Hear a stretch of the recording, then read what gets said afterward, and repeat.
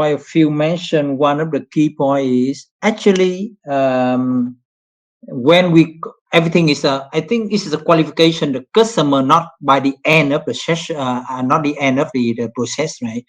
But during the sales cycle process, the meeting, proposal, back and forth discussion with them, the solution, the service, the product, and so on. So we need to qualify step by step, but quite a few key things to qualify. To my experience, that's there are 4 criteria to qualify the customer.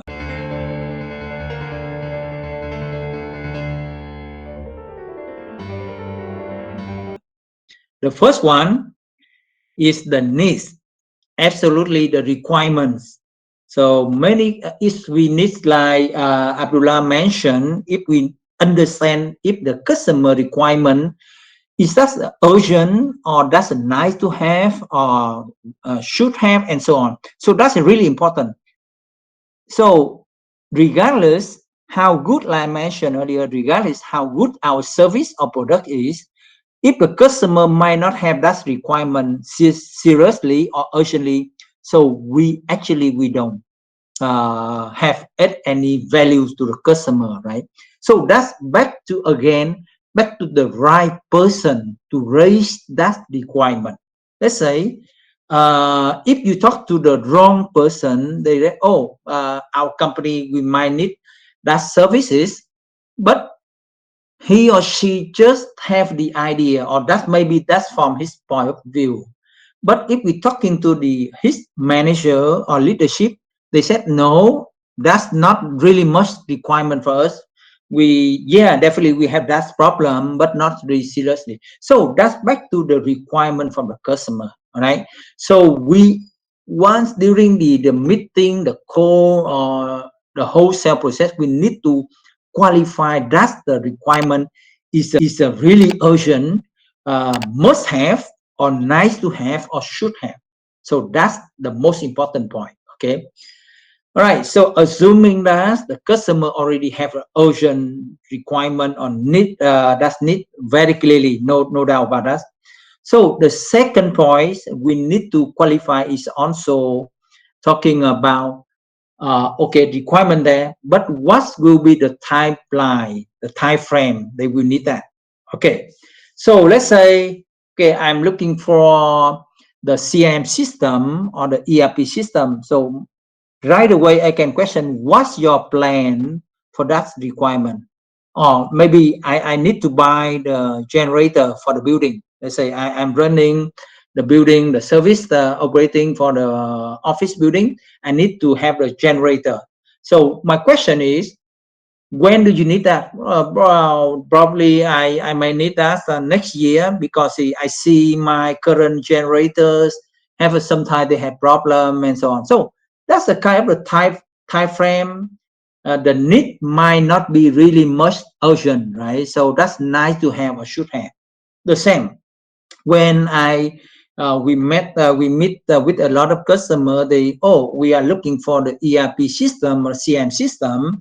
The problem is there, everything we have a lot of problem. But when you have plan to have the new system, they say probably might be next year when we have the budget and so on. So the timeline, the project, the customer might need the services also important. Okay, the second point.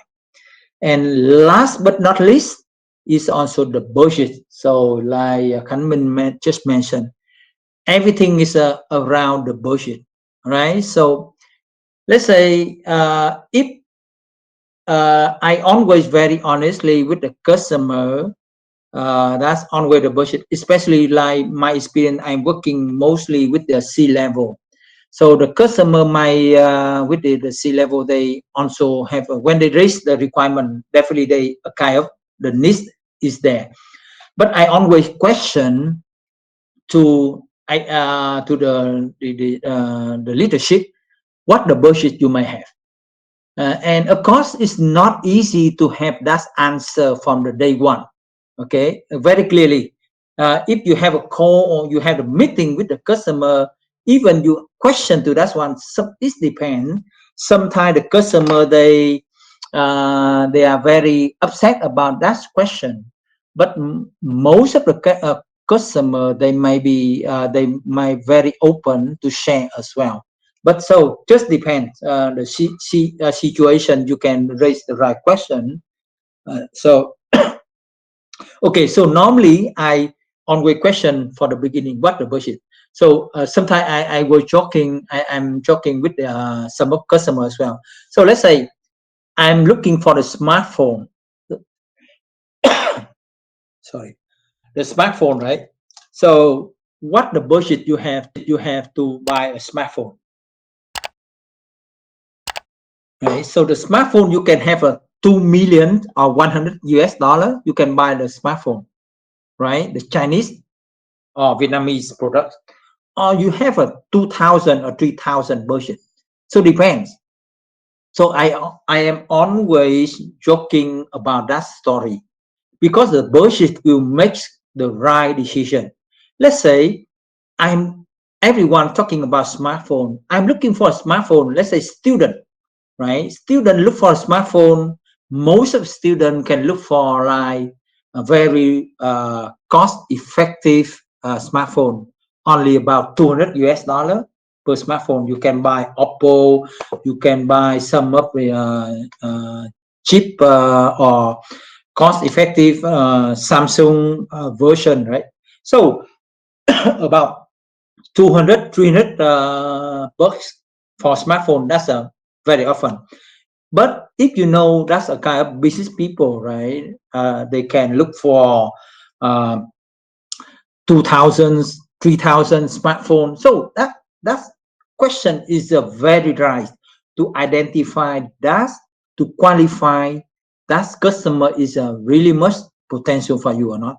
If they have, okay, I look for the smartphone for only 300 US dollar, so I can offer the right product to him or her, right? Because they are student, they cannot afford for 3,000 US dollar smartphone, right? So that's the same for any product. So let's say if you are selling car, you are selling Mercedes, you are selling the luxury car, BMW, Porsche, and so on. So so nowadays, right, everyone look for the car, but if I'm looking for a new car to run for the crowd. So definitely I'm not looking for the Mercedes, right? So I'm looking for Kia or Toyota, the cheap version, and so on. So that's a really important question you can raise right away to the customer. Of course, you need to raise to the right person, right? If you raise that question to the technical team members, definitely they don't have that answer for you. So if you have a meeting with the CFO, maybe you have a meeting with the CEO or COO or CIO, yeah. So they might have the question, the answer for you. So you raise the right question to the right person. That's important. Okay. So that's the three key factors, key important criteria to qualify the customer. All right. So you can get that answer, so you can qualify this is a really much potential for you or not. Otherwise, you can waste a lot of time. So I can tell you, I have a lot of experience with that's why with my team as well. So they are some of the sales people. They are very exciting to have a meeting with the customer. They spend a lot of meetings with the customer, and of course, even they, you know, some of the customer they don't know what they need yet, so they can gather all the information from the markets, from the partner, from vendors to fit there, but they don't know what they need. So then when they spend a lot, mostly 10 meetings for a few months with the customer, but the question on the budget. So when we question to the budget, so definitely we know they cannot afford our solution. So then we can recommend maybe that's the other local solution will be suitable for them, right? So that's really most important to qualify the prospect so that you can save time, you can save, and I think once you understand their budget, you can provide the right advice to them. So definitely the customer will be really much appreciate your advice. Okay. All right. So that's the last point I want to share with you for relevant to three key criteria: right? Budget, timeline, and also the need. We understand clearly their customer need. All right. All right. So any questions so far?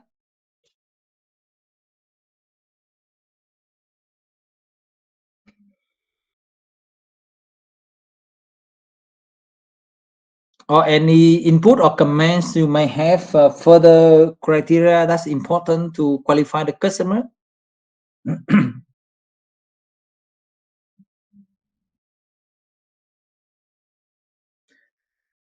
Okay, so assuming that you don't have any further question, yeah, sorry, So I say have it. a question. Sure.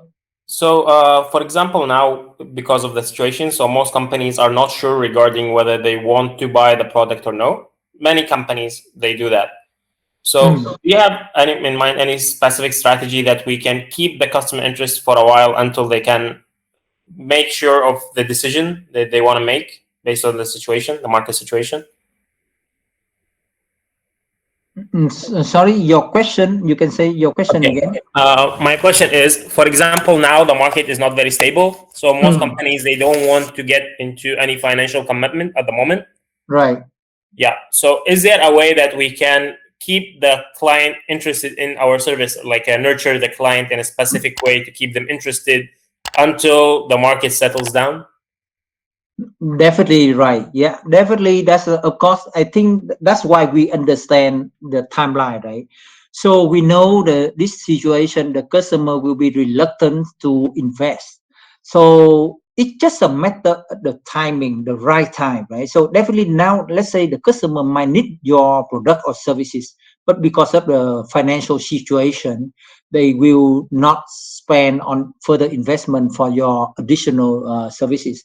But that's a good thing is we need to nurture them so that we keep working with the customer, providing advice and nurture them, support them for further information. And once they see the right time, so then we can cut the deal with the customer, and definitely the customer will appreciate your advice during the nurturing process then.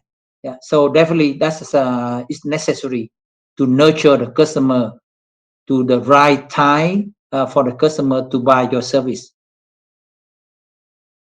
Okay. Thank you so much. Yeah, I think it's a following up is a very important in the sales cycle, right? In terms of following up, does not mean that we only question what do you need our service. No, not only, but what, how can we help you? All right. So we know you are now is just you may have a financial situation. So, but how can we help you? So maybe you can understand. All right. So maybe we can offer some services minor with the limited investment. We can help the customer. So keep following up with the customer and supporting them and advising them, so then definitely they will see the value. We're talking about value added to the customer business, right?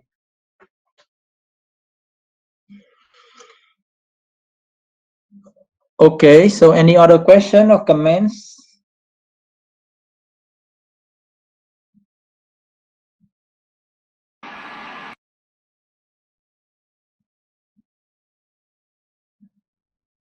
All right. So assuming that we don't have any question, John. So probably we it's time to end the session here. So I leave it back to you. Yeah. Thank you, Duke. It was a very inspiring session. So there was a very a lot of values for everyone to learn from you.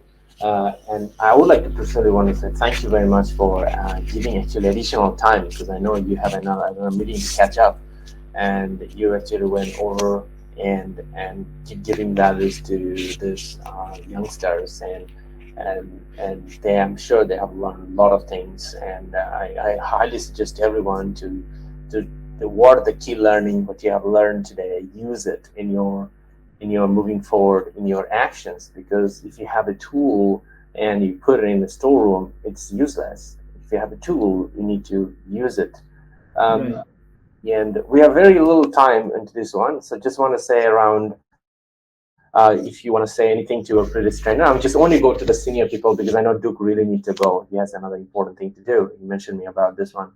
So just wanted to ask, Abdullah, do you want to share anything about the feeling about this today's training session, please?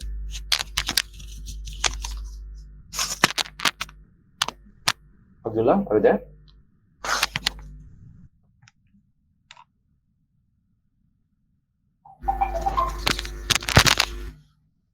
All right, Abdullah probably dropped out. Kanmin, do you want to share anything to key message to today's trainer, to Mr. Duke?